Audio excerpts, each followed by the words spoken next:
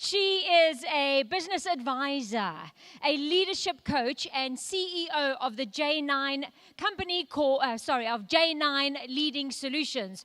All the way from California, Newport Beach, please welcome Janine Lombardi.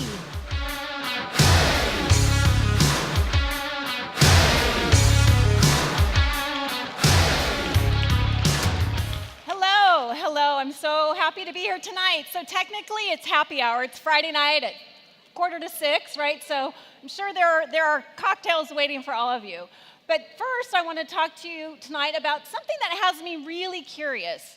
I'm wondering if you lost $450 billion,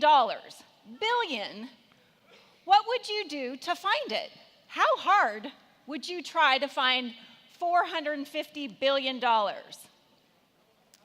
the Gallup organization has done research around employee engagement, and they find in the US alone, $450 billion worth of revenue is lost every year due to low engagement of employees.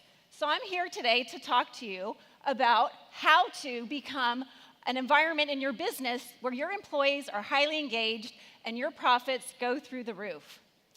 So if I could have the next slide, please. Anybody here a fan of The Walking Dead? Yeah, okay. So what I call disengaged employees are the working dead, right? So they look like this. I want you to turn to your neighbor and give them your best zombie face, right? So, right? We all can make the zombie face. So unfortunately, a lot of our workplaces have employees that look like this, and they're costing your business a lot of money. And I want to help you reclaim the lost revenue in your business for your working dead, right? I'm going to show you how to make sure your employees are highly engaged in what they do. So, what causes our zombie friends here, the working dead? Lack of leadership. And when you don't have the kind of leadership that inspires and engages people to do their best, then they just won't. So, to a degree, it's a simple fix. If you work on being a more effective leader, you'll have more effective employees, and you'll have more profits in your business. So that's what I'm here to show you tonight. But first, I want to understand who's out here. So if you're out in the crowd and you are a manager, a supervisor, a leader of people in your business and organization, let me hear from you. Raise a hand, makes a little noise, right? Okay, a lot of you, right? And how about coaches? Do we have a lot of coaches in the audience? Yeah, right? All right, how about if you want to have a business or you want to be in a leadership role in the future, right? We've got some, like John, he's just getting started, but he'll be there one day. So pretty much everybody here would like to become a more effective leader, and so I'm really excited to share some things with you today to help do that. So there are 3 things that I want you to be able to do when you leave here tonight.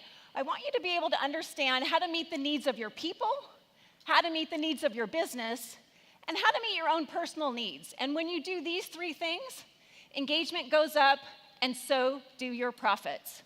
Does that sound good to everybody? Right? All right. So I know this is a really intelligent, smart group, but this question can be hard to answer. What is the difference between leadership and management? So a lot of times people think they're the same things, and at one point in my life, when I was first getting started, I kind of thought they were the same thing, but they're very different. So management really is about the doing, right? It's about the numbers and the tasks and delivering the services. Leadership is a way of being. It's a way of being with people to inspire them and lead them towards a brighter future. These are very distinct characteristics. Both are important for a successful business, but often people who are placed in a management role are just expected to lead, but they don't really know how. And so what I want you to be able to do is understand just this simple success formula of higher engagement in your business due to your leadership will help you with your business growth. And who here wants their business to grow? By a little? By a lot? Right? All right, I see some great hands up there. Thanks. All right, so I want some audience participation here. Who thinks they can correctly answer this question? What percentage of people are actively engaged? That means they are fully committed, they are working so hard, they are giving you everything they have, they're leaving it all on the table. What's that number? 7, 24, 20, 10. All right, well, you guys understand the concept that it's low. 13%. So, and in this case, the work that the Gallup organization did, they did this study across 142 countries across the world. And worldwide, this is the number. So I'm not a math genius, but I can do this math. That means 87% of the workforce is disengaged. So that's almost 1 out of every 10 employees you might work with, 9 of them look like those zombies, right? So that's kind of a problem for business. And here's why. Right? These guys, so if you don't know, a zombie does not have a heart or any vital signs. They groan and they growl and they make a big mess all over the place. And they take up space and they don't contribute to your business, these working dead. So the problem is they're not as always easiest to spot. Like if you saw the zombies walking down the hall, you would know, right? But most of your disengaged employees look like this, right? So I call this gentleman here Disengaged David. He goes about smiling, but he's really just wasting time all the time. And he's actually complaining to his friend Jane there how much he hates his boss and how terrible this company is. But he collects his paycheck every couple weeks, right? So he is really causing a great deal of damage to your company. And here's what happens. When disengaged employees remain disengaged, they are often absent more. So David here is going to call in sick when he's actually at the beach or at the park. There's more turnover. People leave. They're not loyal. They're not committed. There's more accidents that happen if you have the type of business where there could be safety issues. And this is the worst part, right? This guy is going to cause most of your customer complaints. So he will actually cause you to lose business. And that's part of that $450 billion that gets lost. So I don't think anybody's here for their profits to go down, right? But that's the negative result of disengaged employees. And one of the things to keep in mind is if you want your profits to go up, right, that's a better option.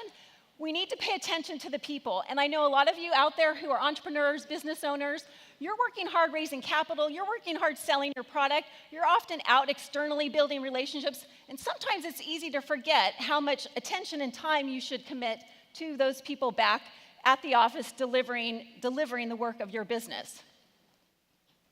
So we have this leadership deficit, right? We know leadership is important. I don't think that was news to anybody, but there is a deficit. And why do you think it is that so many people fail to be good leaders? Well, one of the reasons they fail to be a good leader is that they haven't been trained, right? They haven't been given the tools or skills or coaching to be a good leader, and they kind of don't know better. I know when I was 23, I had my first team of people. I had 6 people I was managing, and I didn't really know what to do. But at that age, at least I knew I didn't know what to do. And so I could seek out training and mentoring and coaching so I could learn to be a better leader. And I knew, and I learned quickly, that it made a big difference when I showed my employees that I cared about them as employees and that I was working with them. So here's the barrier. Here's part of the problem, and I'm going to give you a solution to this today. There's a lack of self-awareness that a lot of people have. They haven't taken some of the time to do the work that many of you have, right, to get to know yourself better, to understand who you are, what are your core values, what are your strengths, what is your purpose.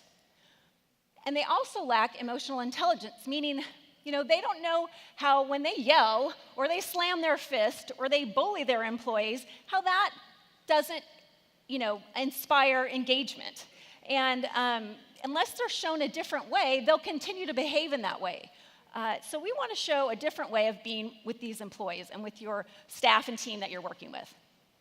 And this is the alternative, right? You want people that are smiling, you want people that are happy. So one of my clients, Sherry, she came to me because she had an issue. She had 2 contracts that she was going to lose in her business. And it meant, of course, lost revenue, but it also meant she was going to have to lay off people if she actually lost those contracts. And when we got to the heart of the issue, it was that very issue I shared where she had been spending so much time building the business, she forgot to build up the employees and build up the team and build the culture and the engagement. And so I'm going to share in a little bit just exactly what Sherry did, because it's something that you can all do to help raise engagement and build your organization up. But I wanted to show you these ants. An ant, if you didn't know, can carry up to 50 times their weight. So when I think of what does an engaged employee look like, I think of these ants, right? And their ability to carry 50 times their weight. So that's what we're going for here. So you need to do 3 things. The first thing I'd like you to think about doing as a leader is meeting the needs of your people. And this is what Sherry did. She set about a very deliberate goal of getting to know her people better, building the relationships with her employee, and in doing so, she raised their level of engagement. So she did this by asking questions, and I'll share them with you right now. She asked each employee, what motivates you? What are your career goals? What kind of feedback and how do you like to receive feedback? How can I help you as a leader? And she had these very directive questions with them, and by asking the questions, listening, and then acting to create an environment in the workplace that could support that individual, her employees became more engaged. And the happy ending to the story is those contracts were not lost, and now her business continues to thrive because she pays as much attention to her employees and her people as she does to her customers and building the business. So the second area of need that you need to make sure you pay attention to is the needs of your business. As a leader, you need to provide the vision for the organization. You need to paint the picture of the future. I have another client who hired me on retainer for a year, another business owner, Charles, who came to me in a panic because he owned a large construction company and he was having a lot of turnover of his labor and a lot of accidents in the field. And it was threatening some of his big contracts. He built hotels. So we started to work together on building a culture of engagement in his organization, because that's another thing the business needs from its leader. It needs its vision, and it needs the leader to set the tone for what the culture is going to be. And in doing that, he was able to turn things around, retain his talent, and really help by building a culture of engagement in his workplace. The third area that's important is meeting your personal needs as a leader. And this goes back to that barrier. This is how you can increase your own self-awareness, and this is the homework I'll leave all of you with. I will challenge all of you highly competitive people to answer these 3 questions if you haven't over the course of the next 5 days. What are your values? What are your strengths? What is your purpose? And then ask yourself, what kind of leader do you want to be? And what's it going to take for you to get there? And then I know you all set a course of action and you will take yourselves there. So when you meet the needs of your people, the business, and your own personal needs, you're going to get employees that give you that extra effort. Because engagement is not a buzzword. It is not a nice to have. It is critical. It is fuel for your business growth. And when you pay attention to your people and you meet their needs, then everything will bring these kind of results to you. Higher retention of talent, higher customer satisfaction, greater productivity, and greater profits. So who would you rather lead, right? The Walking Dead or a group of employees that are highly engaged? I want to thank you for your time and attention today, and I have a challenge for you. I want you to write down, before I walk off stage, I want you to write down one thing you're going to do to up your level of leadership, to be more effective, to help your employees be more engaged and be more successful. And with that, you will be more successful. Thank you. Great. Thank you, Janine. That was wonderful.